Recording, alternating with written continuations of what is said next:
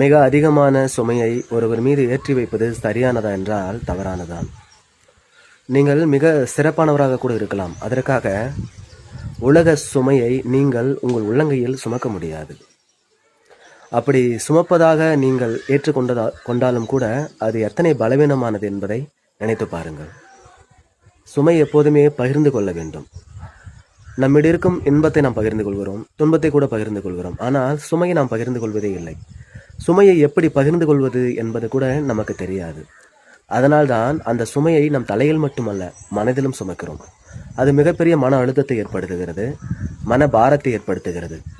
சுமைகளை விட்டொழிப்பது புத்திசாலித்தனமானது, மிக அறிவு கூர்மையானது. நீங்கள் உங்கள் இணையருக்கு, உங்கள் துணை சார்ந்த நட்பினருக்கு உதவ வேண்டுமென்றால் அவர்களின் சுமையை குறைக்க நீங்கள் உதவுங்கள். அந்த சுமையுடன் வாழ அவர்களை பழக்கப்படுத்தாதீர்கள். அதைவிட அடிமைத்தனம் வேறு எதுவும் இல்லை.